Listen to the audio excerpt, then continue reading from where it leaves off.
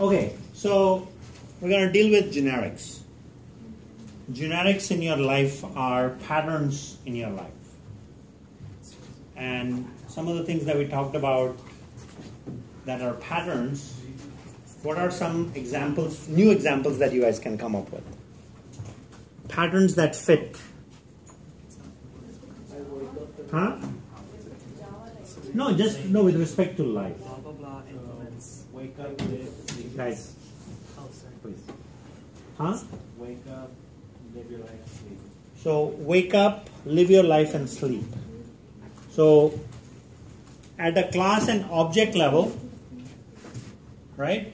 Just the daily chores of life. You know, just sleep, wake up and work. Right? Or sleep, wake up or do something. Because do something is work, but do something is abstract enough that it can apply to animals too. It can apply to plants too. Right? It can apply to insects. It can apply to air. Okay, air is non-living. It can apply to all living things. Right? It is. A pattern is a repetition. So, prediction comes from patterns. Let's go there in a second. So, wake up, do something for one person. For all human beings. Polymorphism. Right? Using interfaces and abstract classes, polymorphism across families. So, we can talk about animal kingdom and plant kingdom. And we can use interfaces for that. Right? But then, if we want a pattern that is where we don't have to duplicate methods, right? The thing about polymorphism is that in the animal kingdom and the plant kingdom, we will have to write separate methods for those patterns. So life happens if that is the method, and the method is wake up, go to sleep and do something. And if that's the thing, then if we want to do this in one method, right? Life happens is the method. So let's write that.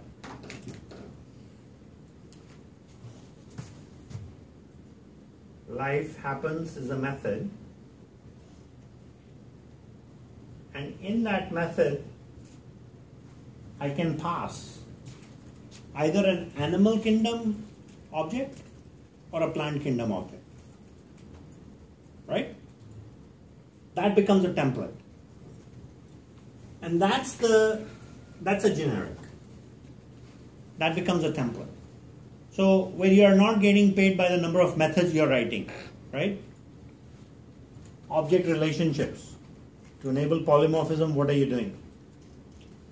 Overloading and overriding, right?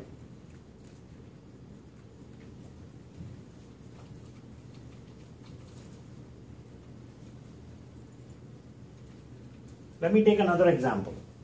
Something that is more closer to the number system, right? If you are implementing polymorphism with computing a square root of a value, now you have how many number types? You have a short, byte, int, long, float, double, 6. You're trying to write a square root method, you're going to end up writing 6 methods. And you know, you're not tired of doing it, you just copy and paste and you change the type and you're done. Right? So now we come up with another family of numbers. Numbers that are larger than double. Big integer. Maybe we have, let's make up some types. Big double. We have big data, right? So we can say big double. So these are different families, right?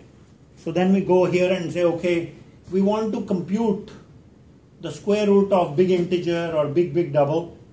I mean, you know, types that I'm making up, they're not part of the API. Polymorphism across class. But still what? More methods, right? The answer to polymorphism is what? More methods. More methods. As if we are getting paid by the number of methods we write.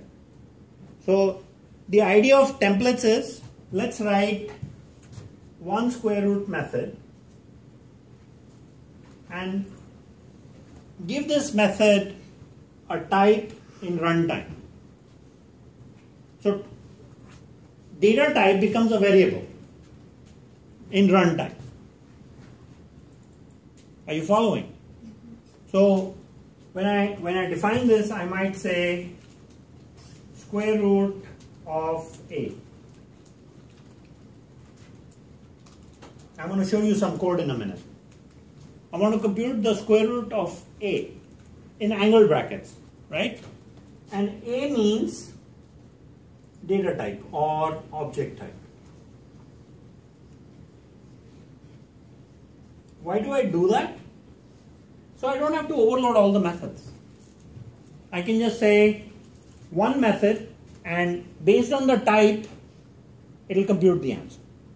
Now keep in mind, templates are not for everything, because you can't make a pattern out of everything in life. You can make pattern out of some things in life, right?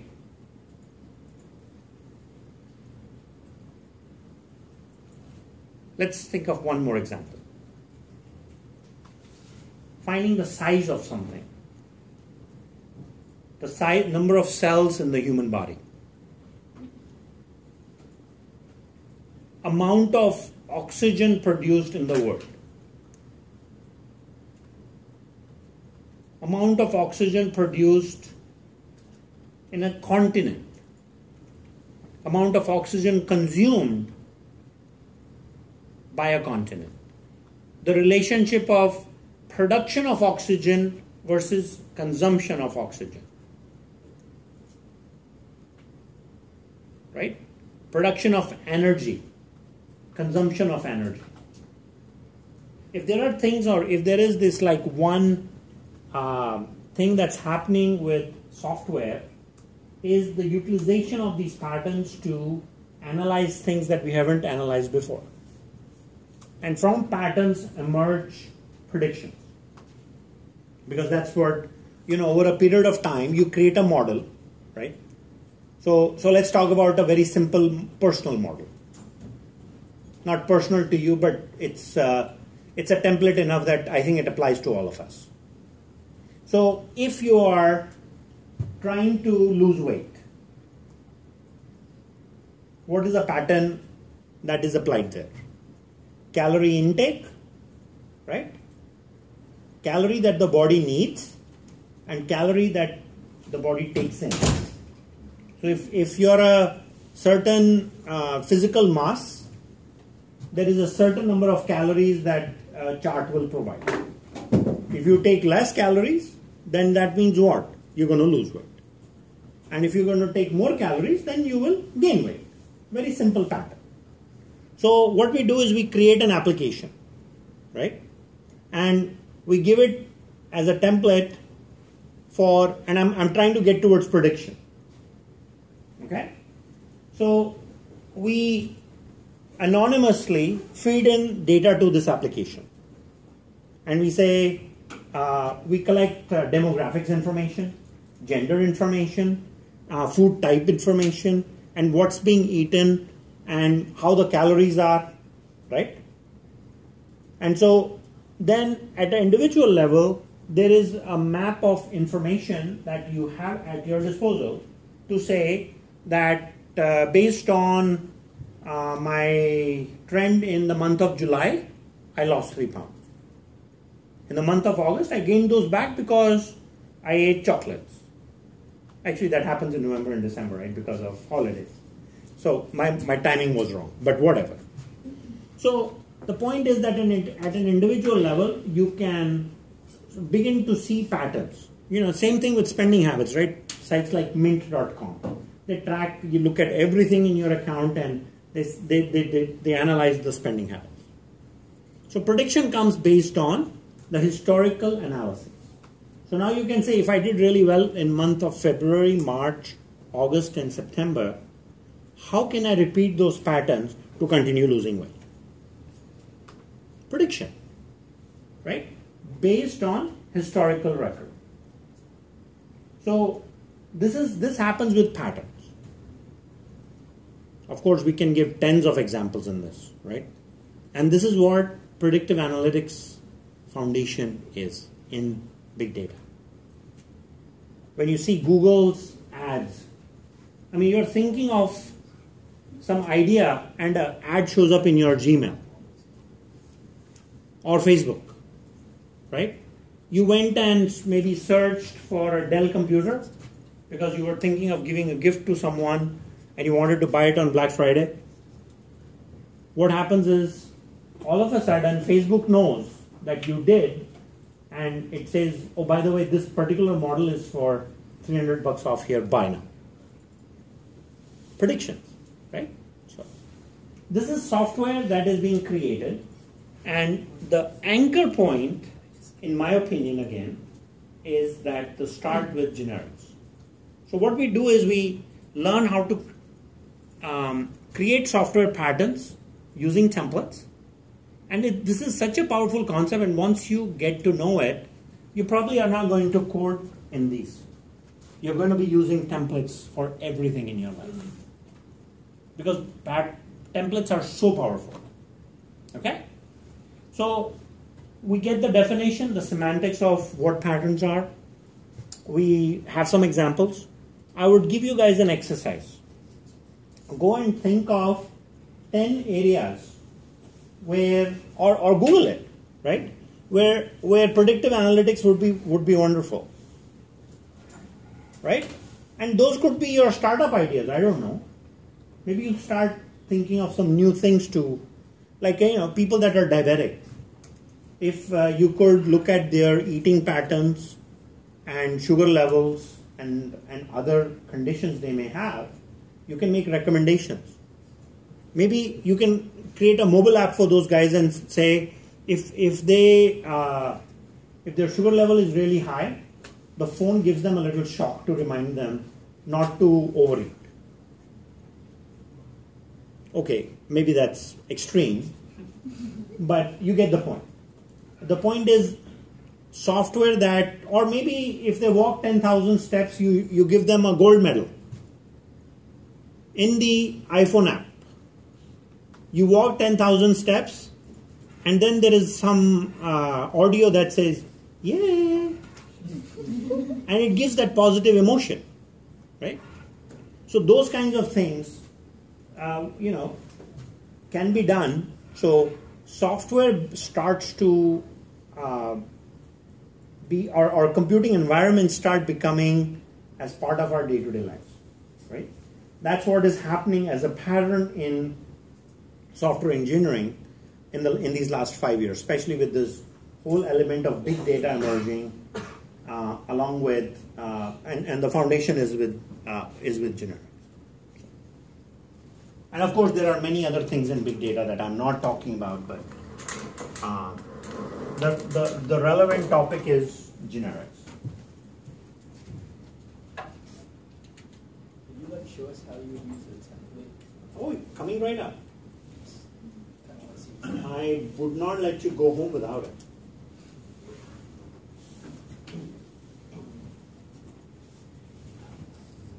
So like a template, it's like already written. That's what it's. No, it's created.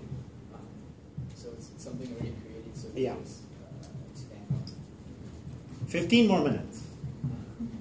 Answers to all of those wonderful questions. What is a template? How is it written?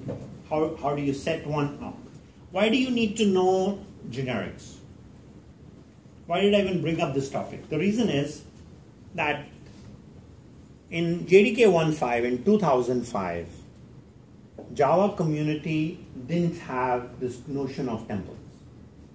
So when we were dealing with data structures, array lists, linked lists, maps, and all these things that you guys are going to learn next time, we were overloading methods. So when we would add an object to an array list, we will just add an object and we didn't know what type of object we put in there. So you could have an array list of book, TV, VCR, table, and chair. And we would not know which object is where unless we use some special API to find out, hey, what type are you? Reflections, right? we were writing methods by the dozen to do the same thing, right? Just the problem that I described with overloading and overriding polymorphism within a family and across family, right? So the one main big area where number of methods that were written were really high is the area of collection. So now, to learn collections, you need to understand generics. To understand generics, you need to understand the concept, and you should also know that this was fostered by the C++ community into Java. Java guys were always trying to say what? We want to keep Java simple and no templates. And there was a generic Java compiler that was created in 1998 that introduced the concept of templates in a project named GJ Pizza, generic Java Pizza, right? And it took 7 years for the genericity to show up in Java. Generics have been in C++ for the longest time. And the claim to fame now within the Java community is that it has made Java pseudo-simple. It's not, I mean, Java is not simple anymore because you have to start thinking in terms of genericity when you are tackling templates. So that's the history and why you need to learn it, because next time we're going to talk about collections and all these data structures and so on. But the first 4 programs you're going to see are these. What are generics? So generics are templates. And I've got these 4 programs I'm going to show you to help you understand how generics are created and what the value proposition is.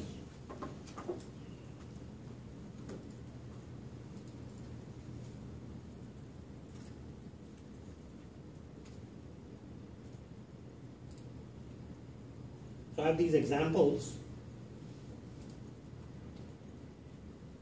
I guess that's good enough.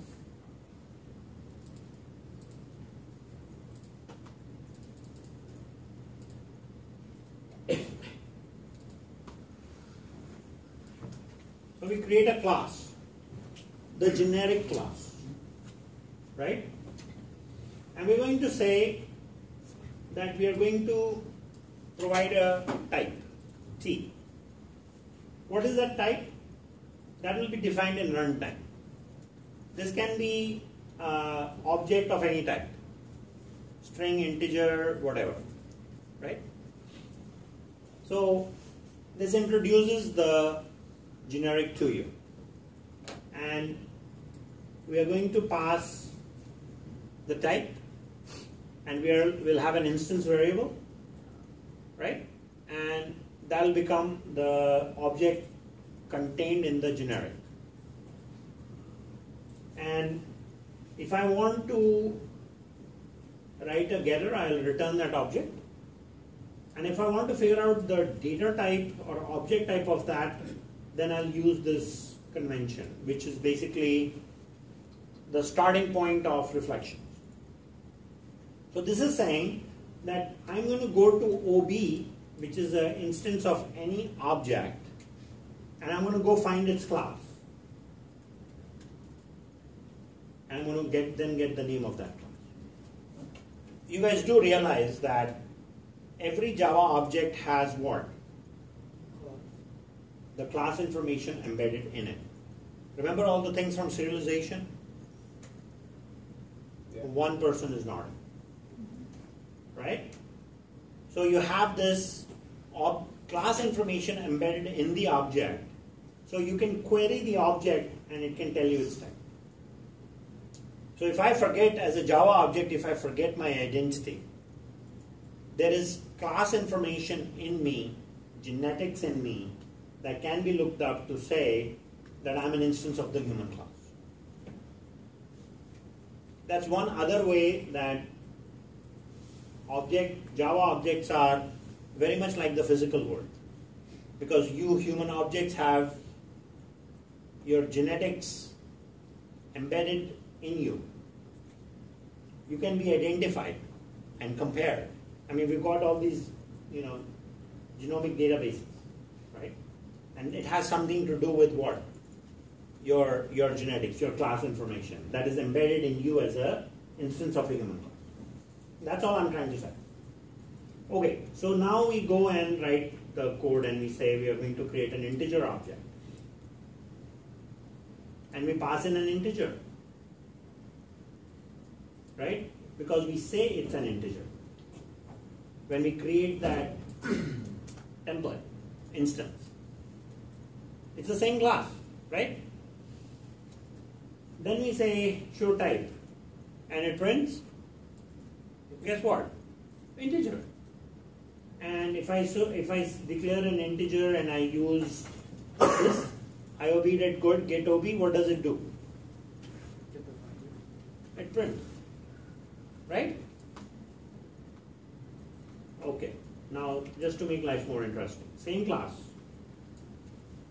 This time I'm going to use it with a string.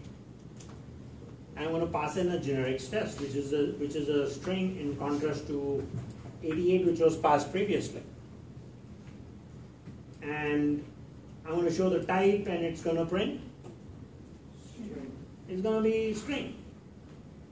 And then I will get the object, and then I'll print that value. Template.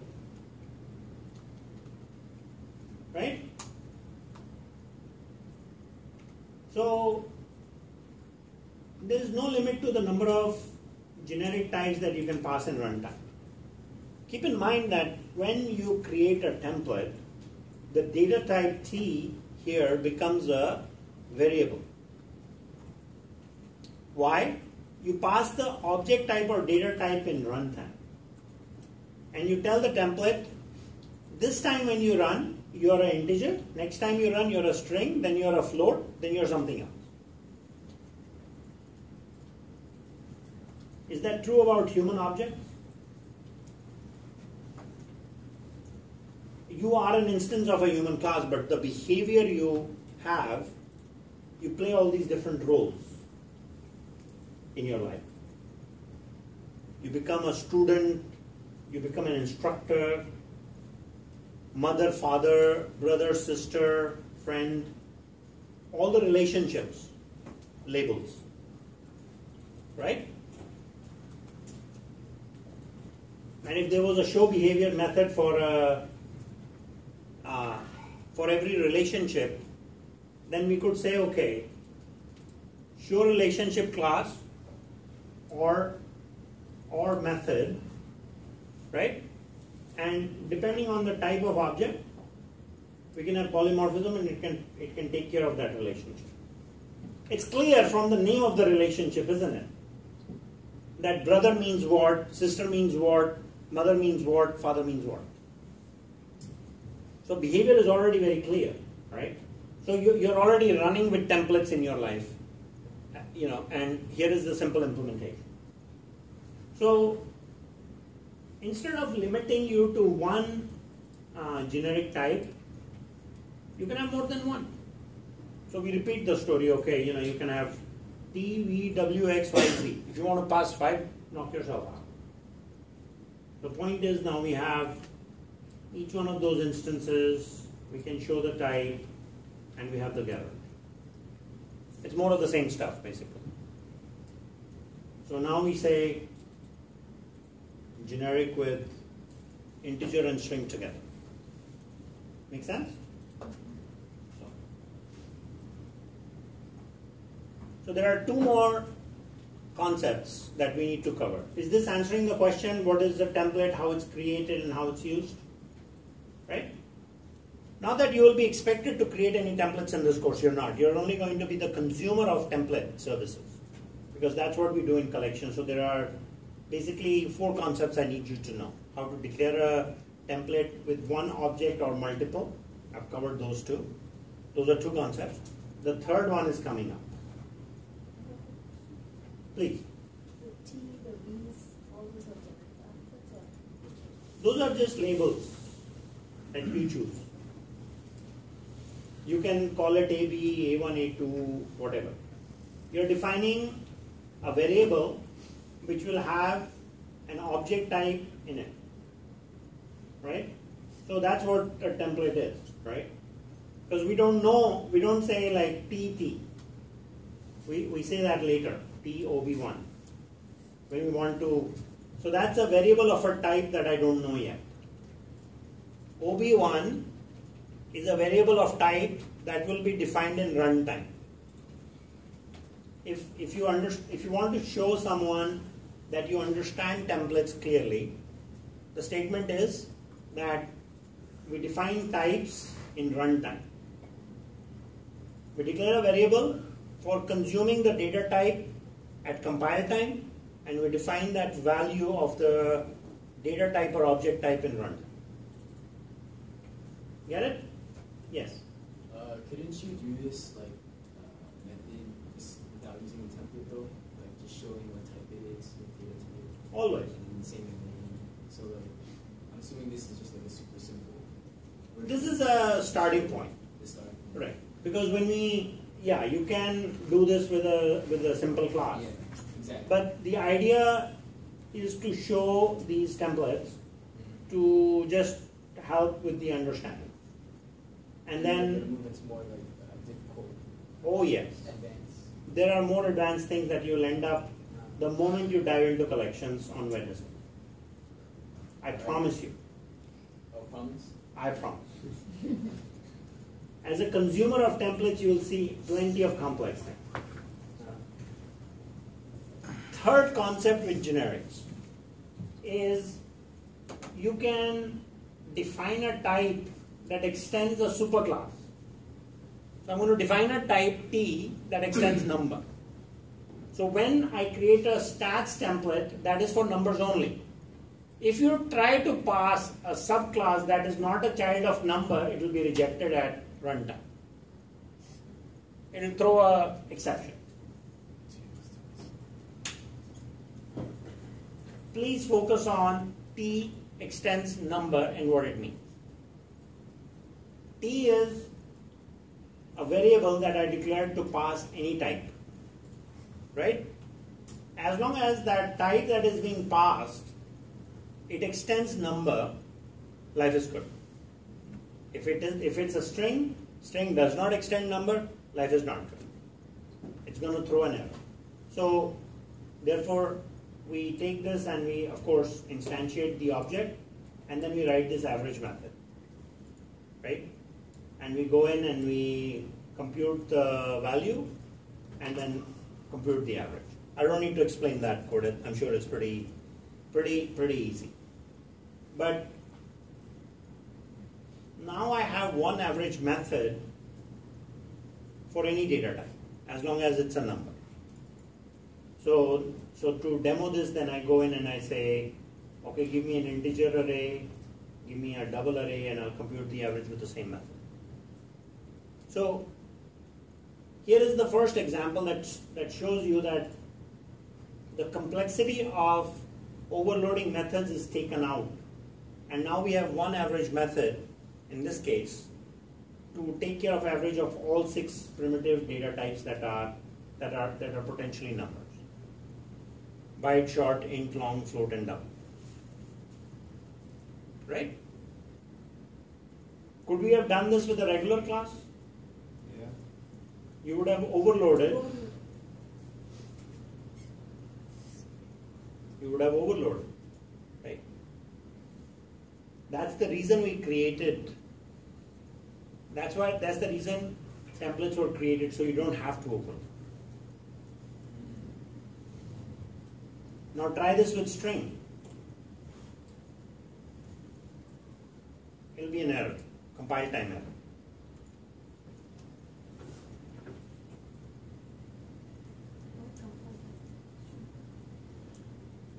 Because strings is not child of number. So do you know that only when you know? Oh, right. Yeah, it's, Okay. Last concept, question mark. So we still have this. Now we have computed, it's the same class, but we have same average.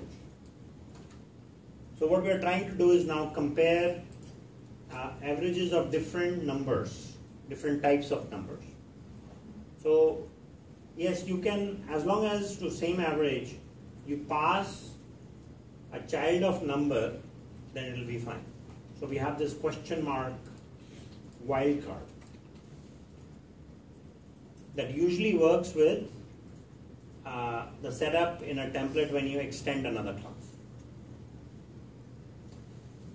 So we can compute the average of integers and doubles and floats. Yes?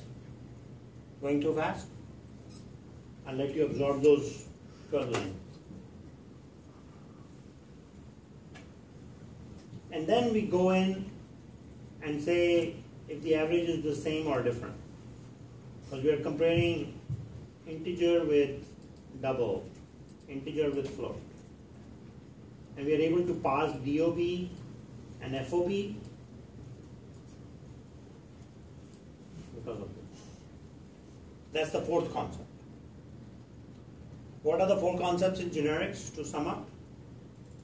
Declaring a template with one type, with multiple types, that's number 2. Number 3 is extends. Number 4 is question mark. Please spend some time looking through these 4 concepts and examples.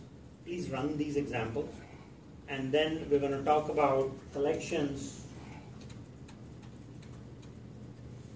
on Wednesday. We're going to get into the, you guys are going to go take the course in data structures with Java. And you're going to spend a whole quarter learning fantastic things in data structures and create those from scratch. We will take care of what you will learn in the entire data structures course in 3 hours. Using the collections API.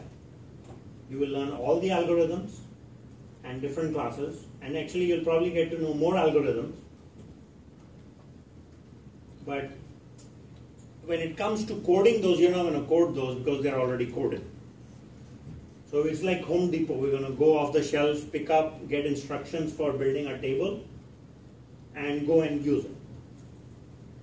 But you will learn what is the difference between a list, linked list and array list, how you can use a stack and a heap. Then we'll get into hashing. Then we'll talk about trees. And we'll talk about difference between sets and maps. Then we'll start combining these. We'll create a linked hash map, linked hash set, all in a matter of about 3 hours. And then you'll go and code, and you can use any collection that you want. The strength of the data structures course would be to show you in detail how to do that. And in this course, I will go over how to build linked lists manually. So just to give you a little flavor of what happens in data structures, right?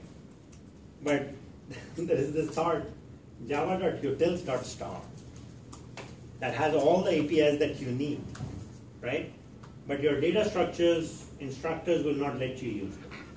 They're not supposed to, right? Because the goal is to learn how to build those and develop your algorithmic endurance in the data structures. Okay? We have lots of fun things ahead. So those 2 topics we will cover next time.